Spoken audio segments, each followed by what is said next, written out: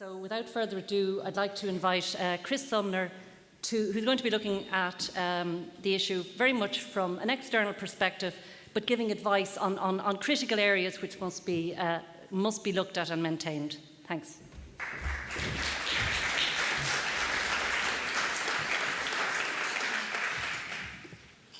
Right. I've been given the title of The Outsider's Perspective, which is a bit like being pushed out on the end of a plank, I think. This is Duck Island Cottage. It's our headquarters of the London Parks and Gardens Trust in London. It's in the middle of St James's Park. We've got poshest neighbours imaginable. We've got the Queen one side and the Prime Minister the other, so security is not a problem. I first came to Dublin 45 years ago. My second visit was 3 years ago, third visit last month. This is my fourth visit, so it's obviously I'm sort of gaining speed all the time. Open Garden Squares weekend, something London Parks and Gardens Trust have been running for 14 years now. We have 200 squares open this year. £10 ticket gets you into any or all of them if you've got the time to do it. The position in London is different from here. London has a huge number of squares, something like 400 we reckon. The London Squares Preservation Act lists about 600 squares and other enclosures protected from development. And that was an act that really came about because of the building over in the 1920s of one of the squares, Mornington Crescent, with the Carreras Black Cat cigarette factory. Such an outcry that legislation was passed. Now, George in Dublin, when I came here, I suppose for my second visit 3 years ago, the background reading I'd done was this book, which is full of horror stories, as you know, showing Dublin streets in a state of dilapidation because of both deliberate neglect and ill will, one might even say, during the 1960s, 70s. A situation that's very much turned round, fortunately. I think that there are still problems. This is a pair of houses in Mountjoy Square, one restored, the other one still very dilapidated. There are lots of individual monuments that still need care, but I think the attitude of local people, local government, national government, was turned around entirely thanks to Dublin Civic Trust, the Irish Georgian Group, well-intentioned and indeed very active individuals and groups over the last 30, 40 years. So the situation, I think, is that the buildings are safe in as much that they're appreciated and cherished, but they still, a lot of them are at risk as individual monuments. In England, we have Heritage at Risk Register, which flags up monuments, gardens, scheduled sites, all sorts of things which considered to be at risk. And I imagine you have something probably with a different title, but with much the same aim in this country. Start with perhaps the best preserved of the squares, which of course is Fitzwilliam Square. As we've heard today, it's privately owned, still privately managed. Houses in good condition. Few, if any, of them actually lived in as private houses, all commercial properties now, which is good in as much that they're well looked after and the money's there. But of course, they are rather kind of destitute of life, if you like.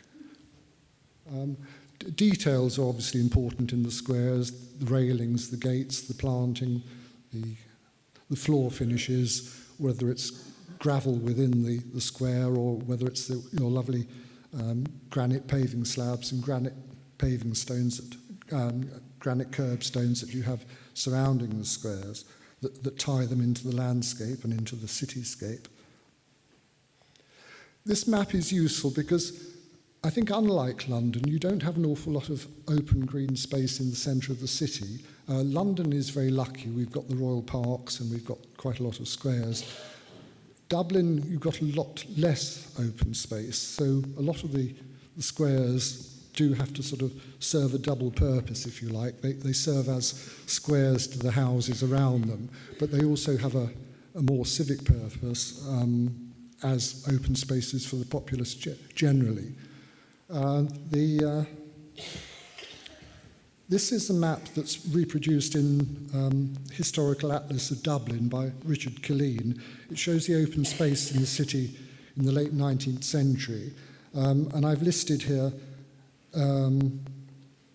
Mountjoy, Rutland or Parnell squares, Marion and Fitzwilliam squares, and St Stephen's Green are major spaces. The only ones that are not really squares are Trinity College and Park and Ivy Gardens. Fitzwilliam Square, looking perfect but totally devoid of people, which is sad. By contrast, St Stephen's Green, which really acts as a major central city park. I suppose the closest equivalent in London is perhaps St James's Park, full of people. The background to this particular slide is the Royal Dublin Fusiliers Arch of 1907, memorial to those who died in the Boer War. Memorials are a major problem in parks everywhere, and I'll talk a bit about that later.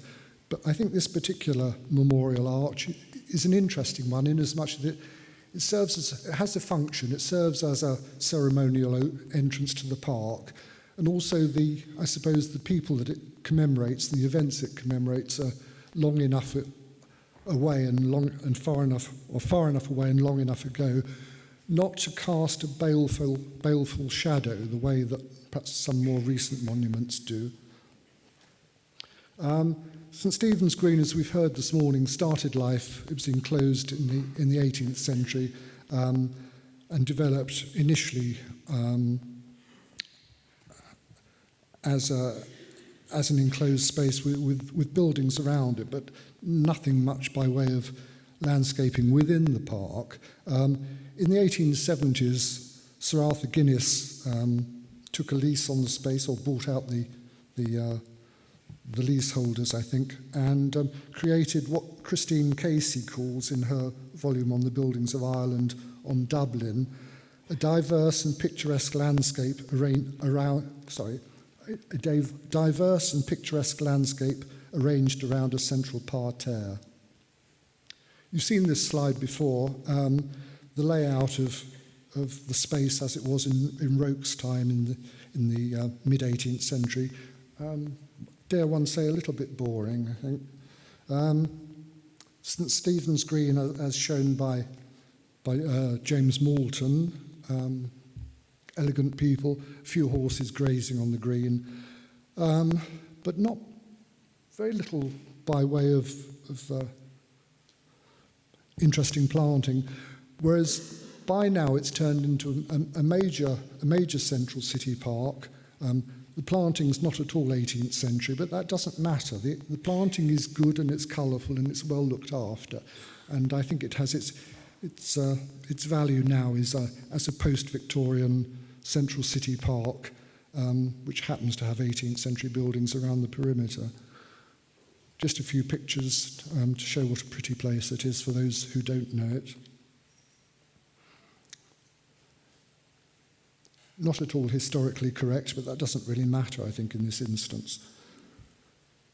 By contrast, Fitzwilliam Square, which, as I say, is still privately owned and privately managed, these two plans are shown in an article in the Journal of the Irish Georgian Society, an article written by Mary Bryan and published in 2001, and they show the 1837 and 1994 Ordnance Survey plans, showing how little the layout has changed in that time.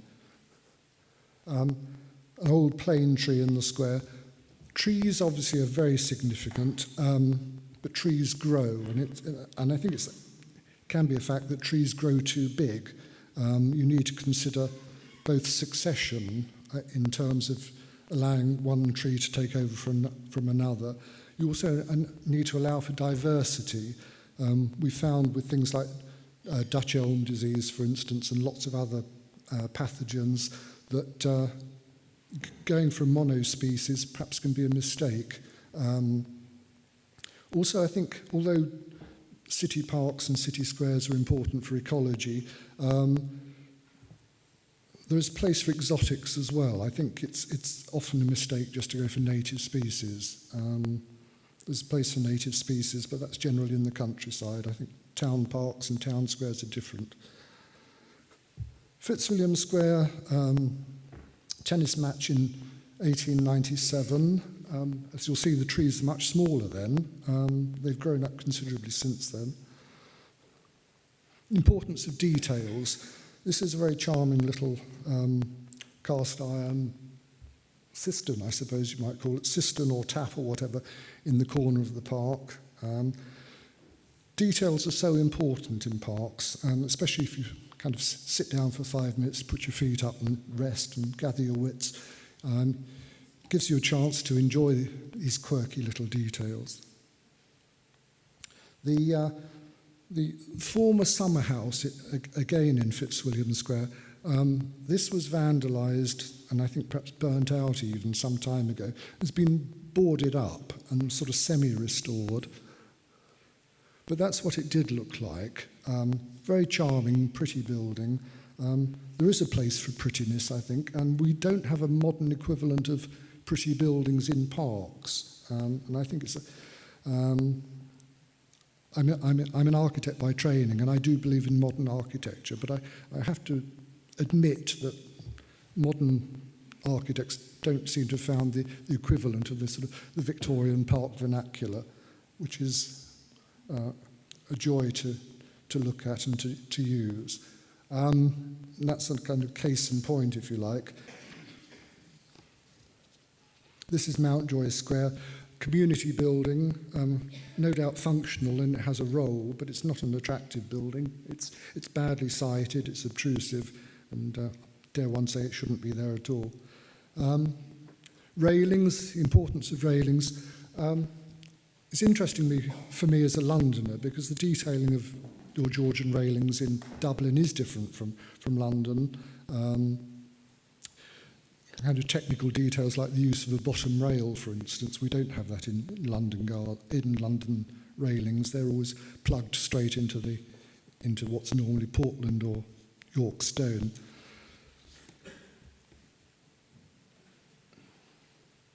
There are railings and railings. The American poet Robert Lowell said, "Good fences make good neighbours." And I've got a note here saying defensible space and indefensible security railings. Now, one of the classic things about squares, I suppose, is that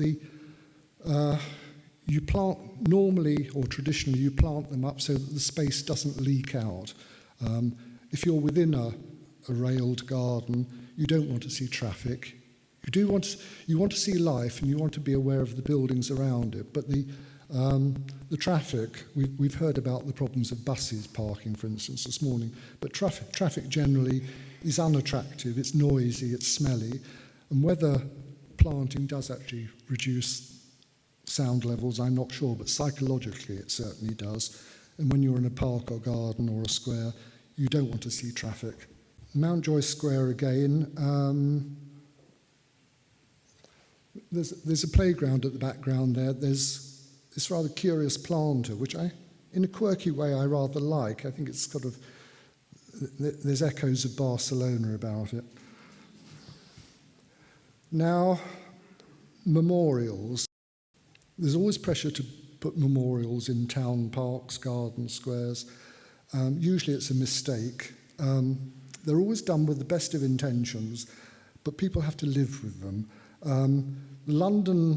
In London, for instance, all the city councils and borough councils and the royal parks have policies saying no memorials in our parks, thank you very much. The fact of the matter, of course, is that pressure is brought to bear. Memorials are always an emotive subject. Politicians see some sort of kudos in promoting them. We've had this ghastly thing in London over the last couple of years of the Bomber Command Memorial in Green Park. Bomber Command probably should have been commemorated a long time ago, but they were not for all sorts of reasons. And then 2 years ago, a monument which is 240 feet long, which stretches a good long way along Piccadilly, was built. I think it's hideous. I think it's destroyed the sort of the open feeling of Green Park. But there's also another issue, of course, is that monuments need upkeep and they need people to spend money on them, and this isn't always considered. This is obviously a particularly significant memorial at the top end of Parnell Square. Obviously, a major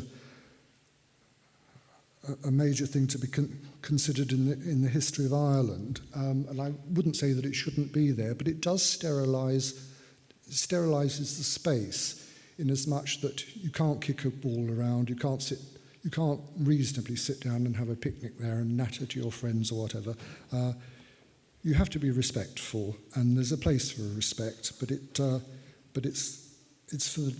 should be, parks and gardens and squares should be for the living, not for the dead, I think. And where we are today, if we haven't seen this slide today, you've probably seen something very much like it. Looking up the side of Parnell Square, a point I was going to make is simply that at some stage the railings have been moved back, so there's now a strip of really rather useless grass running up the side of the pavement, which as far as I can see only attracts street drinkers. It's not a particularly attractive space. It doesn't help enclose the street. It does very little for the architecture, and if I dare say so, I think it'd be better if it were not there. Now, this is something I do approve of and haven't actually seen an awful lot of, which is people personalising the basement areas of their houses. For me as a Londoner, I find Dublin quite a hard, unrelenting kind of place. You don't have many open spaces, you don't have many street trees, you don't have front gardens. So when people do turn their basement areas into private gardens, I think that's really rather delightful and something to be encouraged.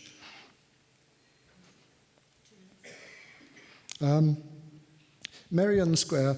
Marion Square, I think, can't quite decide whether it's a post-Victorian park or whether it's a Georgian square, but it's great fun to go into. The standard of maintenance and horticultural input is high, even if it's historically perhaps without much precedent, but it's very enjoyable, and I think enjoyment is a major part of these things.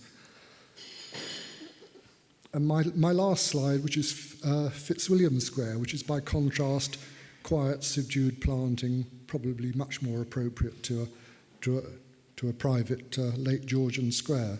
Somebody raised the point of resolving conflicting uses, footballing, disabled people, and the need for strategy. I think what I would say is that there's space for doing a lot of things, but you do need to think it through very hard before you do it.